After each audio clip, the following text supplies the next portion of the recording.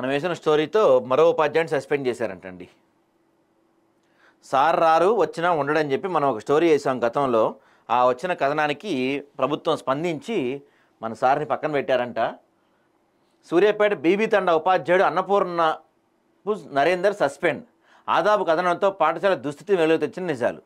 ఇప్పుడు నిన్నే వచ్చింది అనుకుంటా, ఒక్క విద్యార్థి కూడా లేని పాఠశాలలు తెలంగాణలో విపరీతంగా ఉన్నాయి. దేశంలో సెకండ్ ప్లేస్ మనం. ఒక్క విద్యార్థి కూడా లేని పాఠశాలలు. 10 మంది కన్నా తక్కువ విద్యార్థులు ఉన్న పాఠశాలల్లో మనం దేశంలో 4th ప్లేస్లో ఉన్నాం మనం.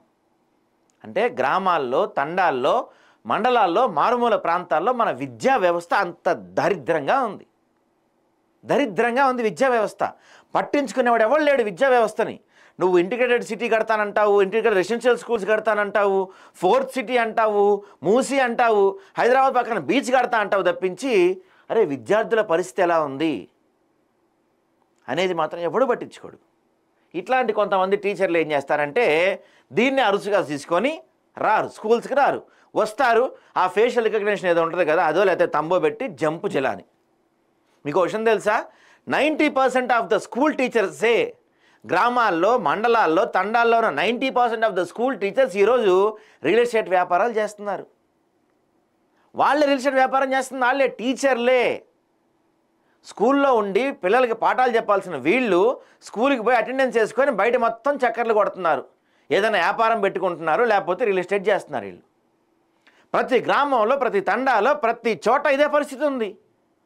కన్సర్న్ ఆఫీసర్లు ఏం చేస్తున్నారు, డిఈఓలు ఏం చేస్తున్నారు, జిల్లా కలెక్టర్లు ఏం చేస్తున్నారు? ఎవడి పనిలో వాడు ఉన్నాడు, ఎవడి జేబాడు నింపుకుంటున్నాడు. విద్యార్థుల భవిష్యత్తు పోతే మాకేంటి, విద్యార్థులు నాశనం అయిపోతే మాకేంటి, మాకు రావాల్సినవి మాకు వస్తున్నాయి, మా జేబులు మాకు నిండుతున్నాయి, ఇంకేంది? ఇదే ఉంది ఎవరికైనా.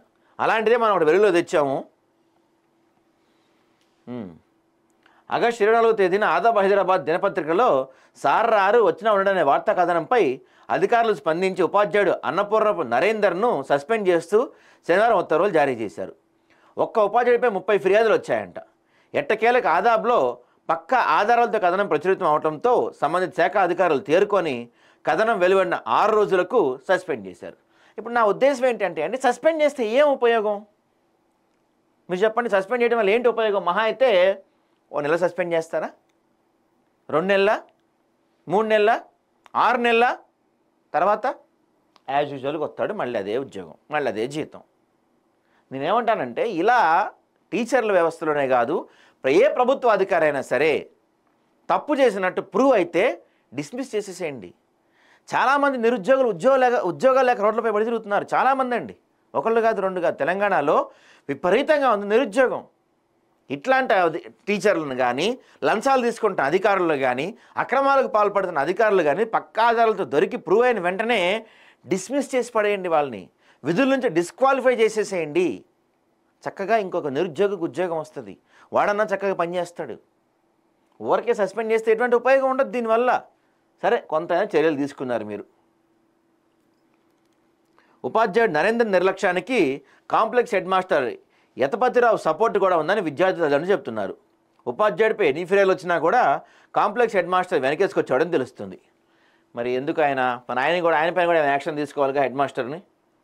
విధుల పట్ల నిర్లక్ష్యం వహిస్తూ విద్యార్థుల జీవితాలతో చెలగాటమాడుతున్న అన్నపూర్ణం నరేందర్ను సస్పెండ్ చేస్తూ జిల్లా విద్యాశాఖ అధికారులు ఉత్తర్వులు జారీ చేయడంతో విద్యార్థి సంఘాల నాయకులు, బీసీ సంఘం, ఎల్హెచ్పిఎస్ సంఘ నాయకులు హర్షం వ్యక్తం చేశారు.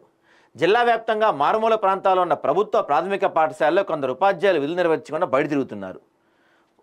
వాళ్ళపై చర్యలు తీసుకుంటున్నారంట. దీనిపై ఉత్తర్వులు కూడా జారీ చేశారు. P Narender SGT MPPS Bibi Thanda Suryapet మండలం సూర్యాపేట జిల్లా 2023 ఆగస్టు 25 నుండి అనుమతి లేకుండా విధులకు హాజరు కాని కారణంగా తెలంగాణ సివిల్ సర్వీసెస్ నియామకాలు 1991 నిబంధనల ప్రకారం 8/1 ప్రకారం సస్పెన్షన్ ఉత్తర్వులు జారీ. మంచి పని చేశారు. ఇప్పుడు ఇట్లాంటివి కొంచెం సీరియస్ చేయాలి మీరు. ఇట్లాంటివి చూసి ఒక నలుగురన్నా మారతారు. మా ఉద్దేశం ఏంటంటే ఇట్లాంటివి బయటికి తీసుకురావడం వల్ల మా ఉద్దేశం ఏంటంటే మీరు ఒకళ్ళని సస్పెండ్ చేస్తే పక్కోడు భయపడతాడు, అరే వాడు దొరికాడరా, ఆదాబోళ్ళు ఒక వార్త వేశారా, వాడిని సస్పెండ్ చేశారు, మనమన్నా చక్కగా పోదాం. 100 మందిలో ఒకడు మారినా మాకు చాలు, 4 పిల్లల భవిష్యత్తు బాగుపడినట్టే. మీరు వేలకి వేలు ఫీజులు తీసుకుంటున్నారు. ఒక్క విద్యార్థి జీవితానన్నా బాగు చేయండి. మన రాజకీయ నాయకులు గంటల కొద్దీ స్పీచ్లు ఇస్తారు. అసెంబ్లీల్లో రాజకీయ స్టేజ్ల పైన గంటల కొద్దీ స్పీచ్ ఇస్తారు, కానీ ఏ రోజు ఏ నాయకుడు కూడా విద్యార్థుల భవిష్యత్తు గురించి మాట్లాడు. పేద విద్యార్థి భవిష్యత్తు గురించి. ఎందుకంటే కార్పొరేట్ స్కూల్స్, కార్పొరేట్ కాలేజీలు ఇవన్నీ ఎలాగో ప్రభుత్వానికి ముష్టేస్తూనే ఉంటాయి. పాపం ఈ పేదవాళ్ళు ఏం చేయలేరు కదా. వీళ్ళు ఒక పూట అన్నం కోసం చక్కరైన విద్య దొరికిద్దని స్కూల్స్కి వస్తూ ఉంటారు. అలాంటి వాళ్ళతో దయచేసి ఆడుకోకండి. దయచేసి టీచర్ అందరికీ మా విన్నపం, ప్రభుత్వాలు ఎలాగో పట్టించుకోవట్లేదు, మీరన్నా మీ పని సక్రమంగా నిర్వహించండి.